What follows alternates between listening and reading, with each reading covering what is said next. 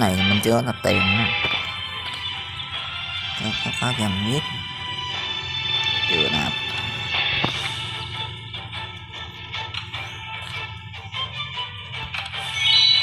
Đục nhận dạng.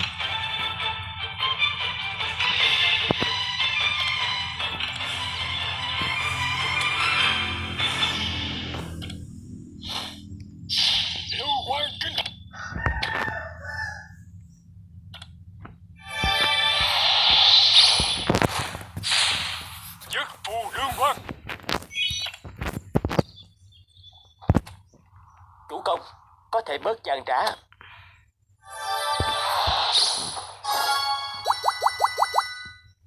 Hold on.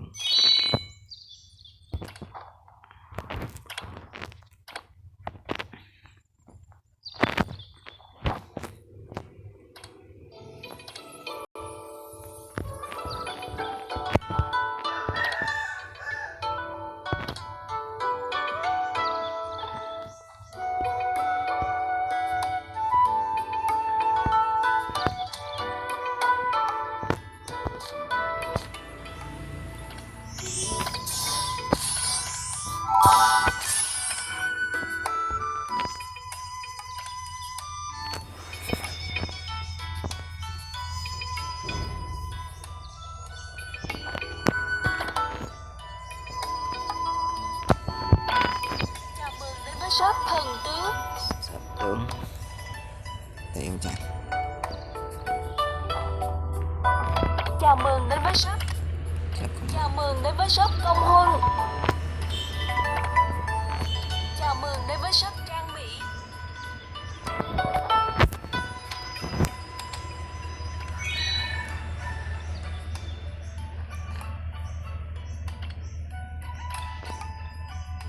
Chào mừng đến với shop thần tướng.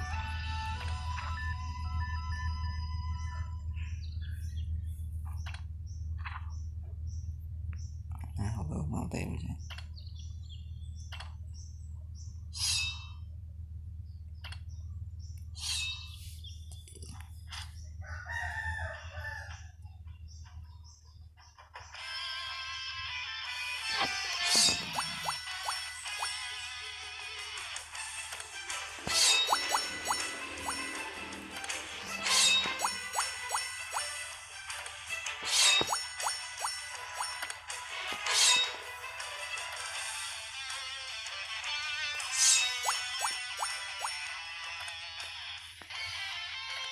Chào mừng đến với shop vinh dự.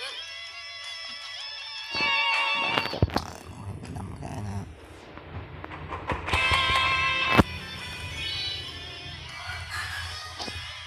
Chào mừng đến với shop vinh dự.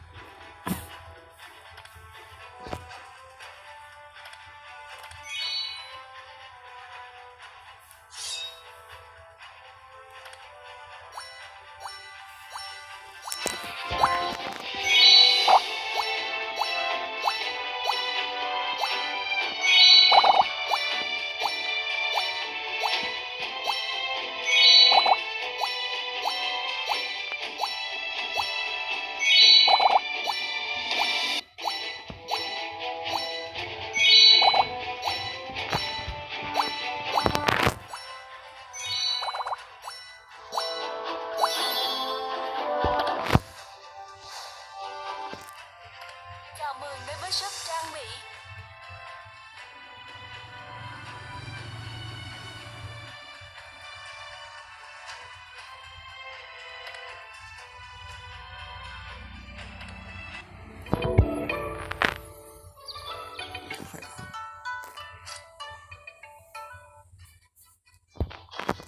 Giờ mới mở.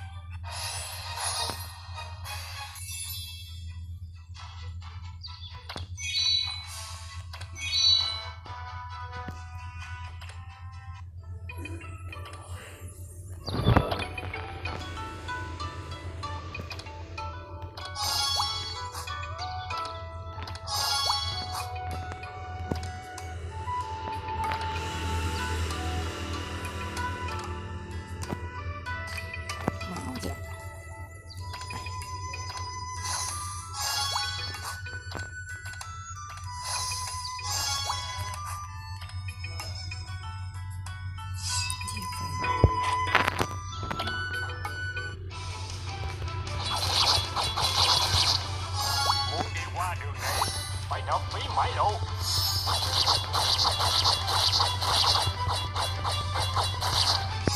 Một mình ta ngã xuống, để có 100.000 người đứng lên.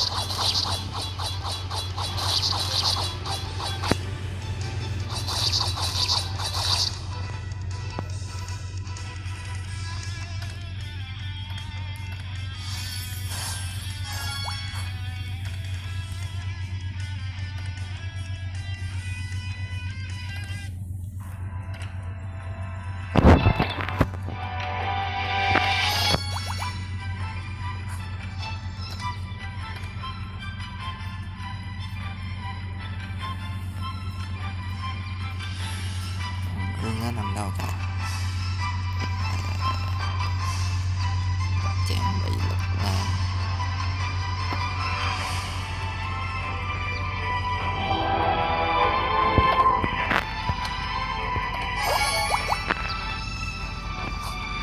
Em mất.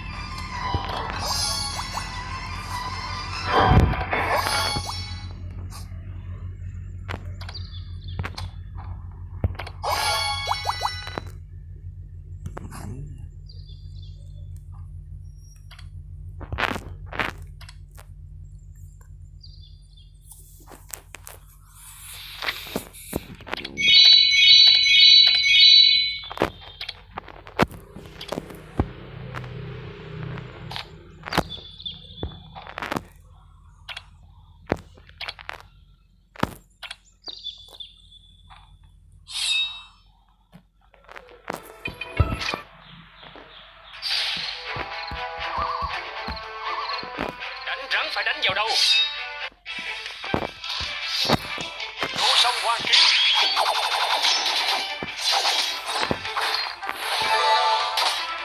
6.000 người bố quốc 22.000. Cổ nhược kim thân. Ai dám cản ta?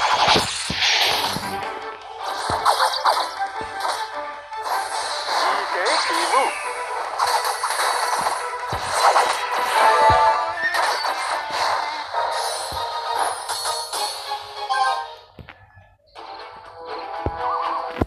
Rắn phải đánh vào đâu? Vô sông Hoàng Kiếm.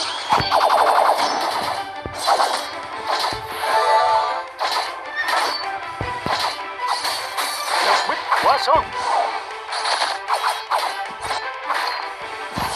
Hiệu lệnh thiên hạ.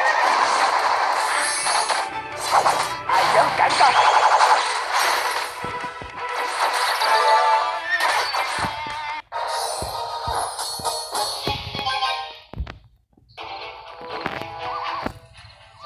Đánh rắn phải đánh vào đâu?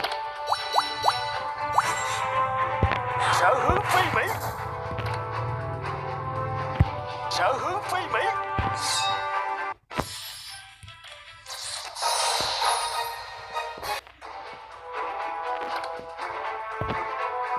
Sở hướng phi mỹ.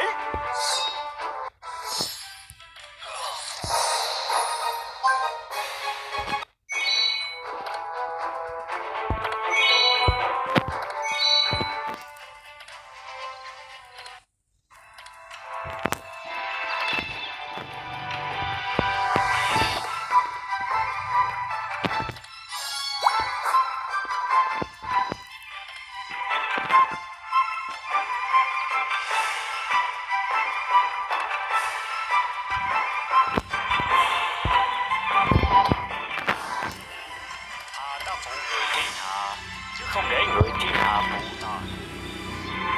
Ta phụ người thiên hạ, chứ không để người thiên hạ phụ ta.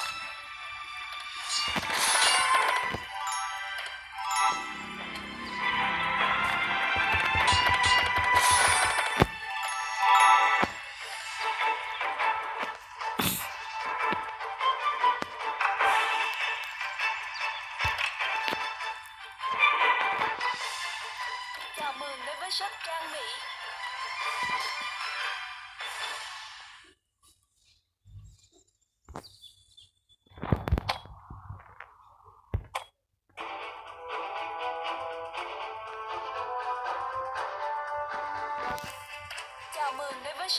bị.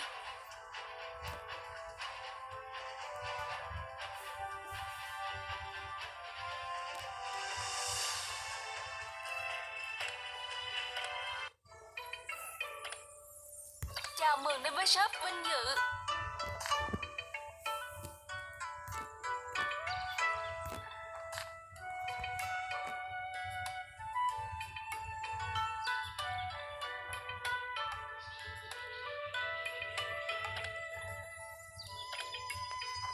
Chào mừng đến với shop công huân.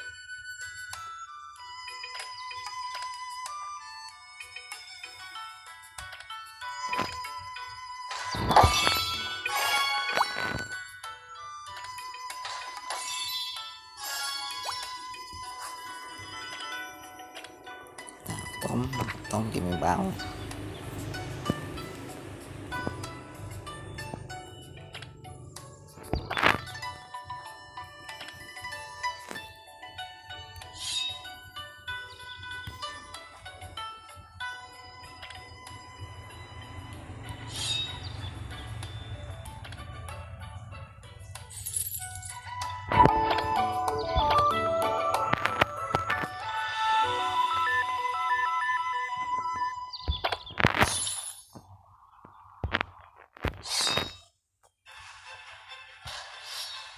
Vô sông Hoàng Kiếm.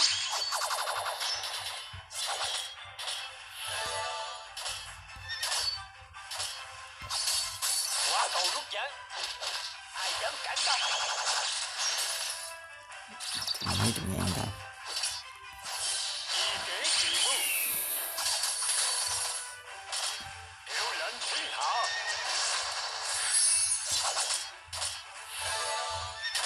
Quả cầu rút giãn. Khuynh quốc khuynh thành. Như hổ trên cánh. Quả cầu rút giãn. Giang tiễn thề thoát. Nam nhật quyền cản.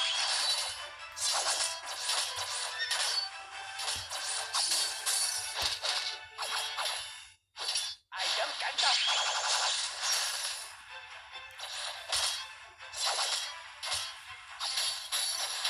Quả cầu rút giãn. Vô sông Hoàng Kiếm.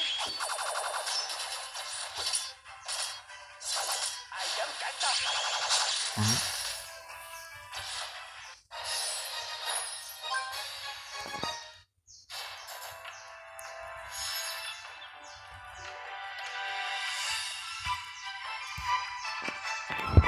Ta đã phụ người thiên hạ, chứ không để người thiên hạ phụ ta.